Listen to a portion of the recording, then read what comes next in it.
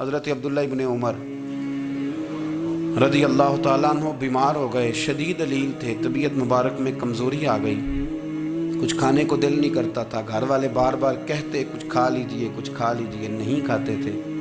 بالآخر حضرت نافع آپ کے غلام تھے، ان سے کہنے لگے کہیں سے مچھلی مل جائے نا تھوڑی سی میں کھاؤں گا، تو کہتے ہیں میں سارے مدینے میں ڈھونڈتا رہا، مچھلی نہ ملی، اگلے دن بھی ڈھونڈی تو نہ ملی، تیسرے دن بھی ڈھونڈی تو نہ ملی، تو فرمانے لگے یار بس چھوٹی سی خواہش ہے، کوئی فرض نہیں ملتی تو رہنے دے۔ کہتے ہیں چوتھے دن مچھلی مل گئی، میں 1.5 دینار کی مچھلی لا کے حضرت عبداللہ ابن عمر رضی اللہ تعالیٰ عنہ کے سامنے جو مچھلی رکھی تو آپ نے لقمہ روٹی کا توڑا تھا، مچھلی کو لگانے لگے کہ دروازے پہ فقیر نے آ کے آواز دی کچھ کھانے کو دو، تو حضرت عبداللہ ابن عمر نے روک لیا اور ہنسے۔ کئی دفعہ دے ہم بھی دیتے ہیں پر ہمارا چہرہ دیکھنے والا ہوتا ہے، اتنے ہم غصے میں ہوتے ہیں دے دیتے ہیں، لیکن جو چھلوٹیں ہوتی ہیں نا چہرے والی وہ گنی نہیں جاتی۔ ہنسے اور میں دیکھو میرا اللہ کتنا کریم ہے، وہ مجھے بچانا چاہتا ہے، اٹھا بار دیا جا کے۔ تو خادم اب حکم کا پابند تھا، وہ لیت اللہ تو کر نہیں سکتا تھا، وہ گیا اور جا کے دے آیا۔ فقیر جب سارے محلے سے آٹا اکٹھا کر لیتے ہیں تو پھر ایک جگہ جا کے بیچتے بھی ہیں۔ دے آیا، وہ 2 گلیاں آگے گزرا تو میں پیچھے دوڑا گیا، میں نے کہا سچ بتا کھانی ہے کہ بیچنی ہے؟ وہ کہنے لگا جو بھی سبب لگ جائے کر جاؤں گا، آپ نے دے جو دی ہے۔ تو کہتا ہے میں نے اسے کہا کہ یہ 1.5 دینار کی میں نے خریدی تھی، اگر تو 2 دینار کی مجھے بیچ دے تو آج کل مچھلی مدینے میں مل نہیں رہی، تو میں اپنے آقا کو دے دوں گا، وہ یہی کھائیں گے، بیمار ہیں۔ تو کہنے لگا جی بسم اللہ، مجھے کیا اعتراض ہے، 2 دینار مل رہے ہیں، 1.5 کی مچھلی، اور 1.5 کی بھی کسی نے نہیں خریدنی تھی، اب تو پک گئی۔ فرماتے میں نے 2 دینار اس کو تھمائے، وہ مچھلی اس سے خریدی اور خرید کر کے میں لا کے حضرت عبداللہ ابن عمر کے سامنے دوبارہ رکھی، تو فرمایا یہ کیسے آ گئی؟ میں نے کہا حضور 1.5 کی خریدی تھی اور پھر فقیر کو دے دی، اب اسی سے میں 2 دینار کی خرید کے لایا ہوں، آپ قبول فرمائیں۔ تو فرمانے لگے تم نے اچھا نہیں کیا، اب اس طرح کرو 2 دینار بھی اسے دیا اور مچھلی بھی واپس دیا۔ عرض کی حضور کیوں؟ فرمایا تم نے قرآن نہیں پڑھا؟ حضور پڑھا ہے۔ فرمایا رب فرماتا ہے لن تنالوا البر حتی تنفقوا مما تحبون، تم بھلائی کو اس وقت پہنچو گے جب اپنی پیاری چیز راہ خدا میں خرچ کرو۔ امام غزالی نے لکھا ہے، فرمانے لگے دیا، تو وہ حضرت نافع کہتے ہیں میں دینے گیا، دے کے واپس آیا تو کچھ پریشان تھا کیونکہ مجھے بھی 4 دن ہو گئے دینا تلاش کرتے، تھوڑی طبیعت میں مایوسی تھی کہ اتنی محنت سے میں نے لایا اور آپ نے واپس کر دی۔ تو حضرت عبداللہ ابن عمر نے مجھے قریب بٹھایا، پھر مجھے تھپکی دی، فرمانے لگے پتر میں نے ویسے بھی کبھی جھوٹ نہیں بولا اور آج کل تو میں ویسے ہی بیمار ہوں، ٹائم ہی نہیں، وقت ہی نہیں، موقع ہی نہیں جھوٹ بولنے کا، میں تجھے سچ بتاؤں مجھے مچھلی کھا کے اتنا سکون نہیں ہونا تھا جتنی اللہ کے راستے میں خیرات کھا کے مجھے سکون ہوا۔ تو تجھے تو میری راحت سے غرض ہے نا کہ مجھے راحت کیسے ہوتی ہے، تو مجھے سکون ملا ہے راہ خدا میں دے، میں نفسانی خواہش پوری کر لیتا تو یہ میرا نفس کل پھر مجھ سے مچھلی مانگتا، پرسوں کہتا نہیں چھوٹے گوشت کی یخنی بھی چاہیے۔ ہم لوگ الجھ گئے ہیں، بہت بڑے قیدی ہیں اپنے آپ کے، بڑے قیدی ہیں، سارا دن اپنی خواہشات کی تکمیل میں بھاگے رہتے ہیں، بڑے بڑے سونے نوجوان۔ میں ان پہ تنقید نہیں کرتا، مجھے ان پہ ترس آتا ہے، جب میں رات کے اندھیروں میں انہیں ٹیلی فون لے کے چوکوں میں کھڑے دیکھتا ہوں تو مجھے رحم آتا ہے، میں کہتا ہوں دیکھو نفس کی خواہش کے پیچھے یہ کیا مثلا آخر کیا ہے اس میں، ایک عورت کے پیچھے تباہ کر لیا اپنے آپ کو، یعنی زیادہ سے یہ کوئی مقصود ہے، یہ کوئی مقصد حیات ہے جس کو مقصد بنا لیا ہے؟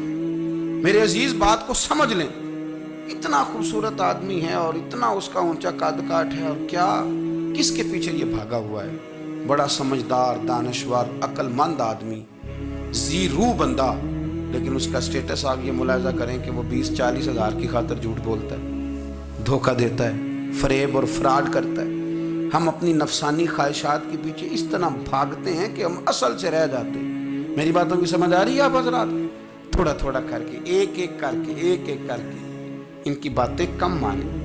ضروری تو نہیں نا کہ سویرے ناشتہ بازار سے اپنی مرضی کا تگڑا کیا ہے، بازار سے لا کے پوڑیاں چنے بہترین کھائے، اور پوڑیاں چنے ابھی کھائے نہیں، شاپر میں ڈالے ہوئے ہیں، اور وہ لے کے ابھی آ رہا ہے تو ساتھ ہی رستے سے گوشت بھی چھوٹا اچھا لگا تو 2 کلو وہ بھی لے آئے کہ پوڑیاں چنے کھاؤں گا اور دوپہر کے لیے گوشت پکاؤں گا۔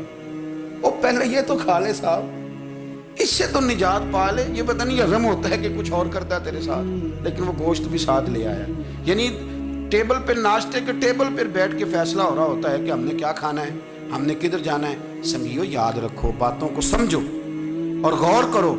یہ تھوڑا تھوڑا کر کے جب ہم چھٹکارا حاصل کرنے کی کوشش کریں گے نا، چھٹکارا حاصل کرنے کی، کہیں جگہ سے، کسی جگہ سے اگر آپ کو تنبیہ ہوتی ہے نا، تنبیہ، اس میں بھی بڑا مزہ آتا ہے۔ اس میں بڑا، ہمارے ایک بزرگ تھے تو ایک دن نا میں گیا تو کہنے لگے الحمدللہ آج میں بڑے سکون میں ہوں۔ میں نے کہا جی وہ کیا ہوا؟ کہنے لگے میں اپنے آپ کو بڑا پیر صاحب سمجھنے لگ گیا تھا۔ تو ایک وابڈا کے کسی آدمی سے کام تھا تو میرے ایک دوست نے مجھے کہا کہ پیر صاحب اس کو ٹیلی فون کر دیں، سنا ہے آپ کا عقیدت مند ہے۔ میں نے اس بندے کو ٹیلی فون کیا تو کہتا پیر صاحب میں عزت آپ کی بڑی کرتا ہوں پر یہ کام نہیں ہو سکتا۔ کہتے جب اس نے مجھے کہا نا تو کچھ بھی نہیں، تو مجھے بڑا مزہ آیا، ورنہ میرا تو نفس پھول گیا تھا۔ میں تو سمجھتا تھا کہ جو میں کہتا ہوں ویسے ہی ہو جاتا ہے۔ کہتے اس نے تھوڑا سا نا مجھے لیول میں کیا ہے، مجھے مزہ آیا۔ یہ لوگ نا اپنے اوپر بوجھ ڈالتے تھے، یہ تھوڑا تھوڑا پیچھے ہٹتے تھے، یہ سمجھتے تھے کہ اس طرح تو ہماری تکمیل رہ جائے گی۔ صبح سے شام تک اگر اسی نفس کی باتیں مانتے جائیں گے تو خرابی کرے گا۔ دولت کا نشہ ہے بھائی، دولت کٹھی کرنے والا کسی جگہ سیر نہیں ہوتا، حسن کا نشہ ہے، حسن کا نشہ ہے۔ حضرت ابو بکر شبلی رحمۃ اللہ علیہ فرمایا کرتے تھے جو تیری بیٹی کو خوبصورت سمجھ کے اس کے ساتھ نکاح کرنا چاہے اسے بیٹی نہ دینا۔ حضرت جی کیوں؟ فرمایا حسن تو تھوڑے دن کے بعد ختم ہو جائے گا، پھر وہ اس کی قدر نہیں کرے گا، وہ تو کہیں اور منہ مارتا پھرے گا۔ حضرت ابو بکر شبلی رحمۃ اللہ تعالیٰ علیہ کی بیٹی خوبصورت تھی، ایک نوجوان کہنے لگا میرا نکاح کر دیں۔ آپ فرمانے لگے پتر تو 1 مہینے کے بعد آنا، کر دوں گا۔ بڑی موٹی تازی خوبصورت صاحبزادی، تو حضرت نے اسے دوائی کھلائی، اسے پخانے لگ گئے۔ جو پخانہ کرتی ایک مٹکے میں سنبھال دیتے۔ تھوڑا وقت گزرا تو وہ ہڈیوں کا پنجر بن گئی، مہینے بھر میں دست اتنے آئے کہ کمزور ہو گئی۔ تو ابو بکر شبلی 1 مہینے کے بعد نوجوان کو بلایا، فرمایا ادھر آ تیرا نکاح کروں۔ بچی دکھائی تو وہ کمزور بستر پہ پڑی، فرمایا شادی کر۔ کہنے لگا اس سے نہیں میں نے کرنی۔ فرمایا یہ وہی ہے؟ کہنے لگا جی نہیں۔ فرمایا تو کہتا تھا مجھے عشق ہے، کدھر گیا تیرا عشق؟ کہنے لگا حضرت صاحب آپ کیسی بات کر رہے ہیں؟ فرمایا ادھر آ۔ پھر وہ مٹکا جس میں گند رکھا تھا وہاں لے گئے، فرمانے لگے تیرا اس کے ساتھ عشق تھا، یہ ہے تیرا عشق۔ فرمایا اچھا تو میں 4 دن روٹی کھلاؤں گا پھر تندرست ہو جائے گی، لیکن میں دیکھنا چاہتا تھا کہ تو میری بیٹی سے پیار کرتا ہے یا اس کے چہرے پہ آنے والی کچھ وقت کے لیے سرخی سے پیار کرتا ہے، اس لالی سے پیار کرتا ہے جو جوانی کے وقت بچوں اور بچیوں پہ آتی ہے۔ کس چیز کے دل دادا؟ یعنی کیا مطلب؟ نفس کی غلامی، سراسر غلامی، اور پلٹ پلٹ کے اور بڑے بڑے سیانے بندے چھوٹی سی خواہش کے لیے، بڑا سمجھدار آدمی، بڑا سیانا بندہ۔ میں ایک بڑے بزرگ عالم تھے، میں ایک دفعہ ملنے گا تو پائے پکا رہے تھے، خود پائے پکا رہے تھے، تو وہ بڑے پیار کی بات ہوتی ہے نا، تو تامت باندھی ہوئی اور بڑی جناب خستہ حالی، اور وہ پائے پکا رہے ہیں۔ تو میں نے ان سے کہا، میں نے کہا حضرت جی پائے تو کسی اور نے بھی پکا لینے تھے، آپ بخاری لے کے بیٹھتے، چلو میری طرح کا کوئی بندہ آپ سے استفادہ بھی کر لیتا۔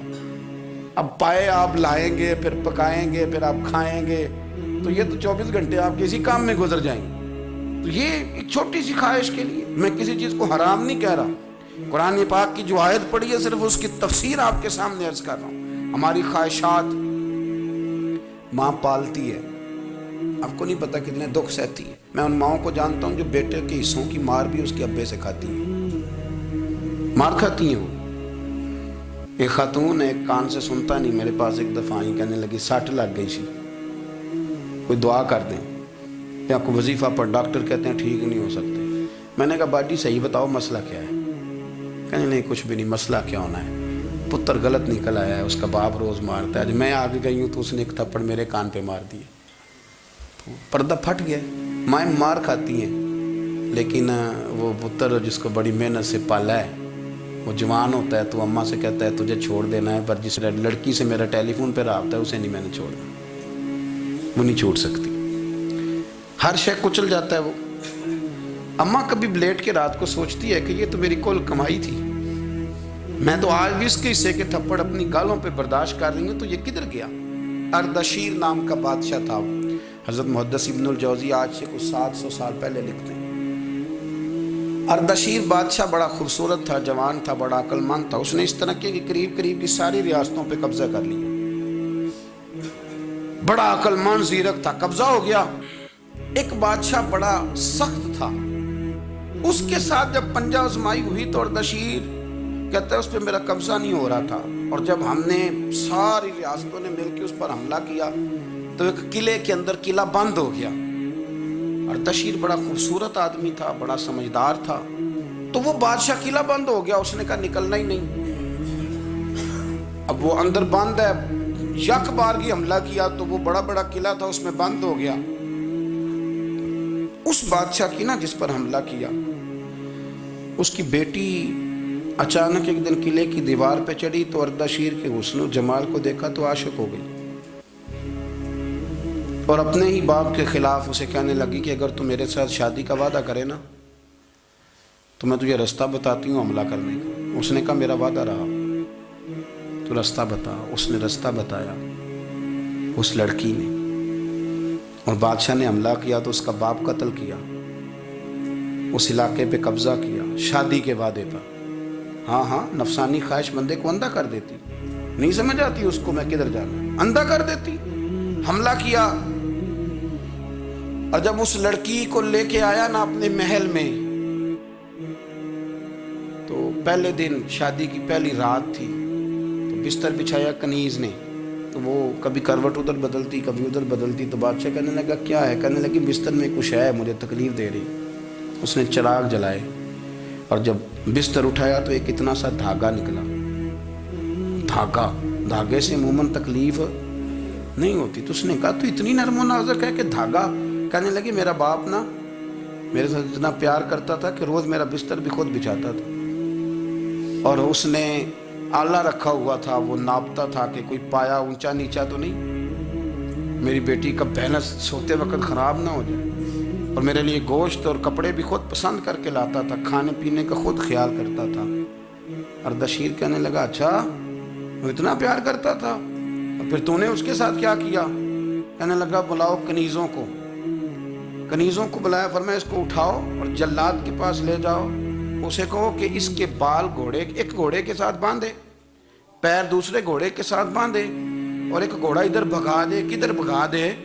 یہ جس کے باپ نے اتنا پیار کیا، یہ نفس کی اتنی غلام ہے کہ اس کی وفادار نہیں رہی تو میری وفادار کیسے بنے؟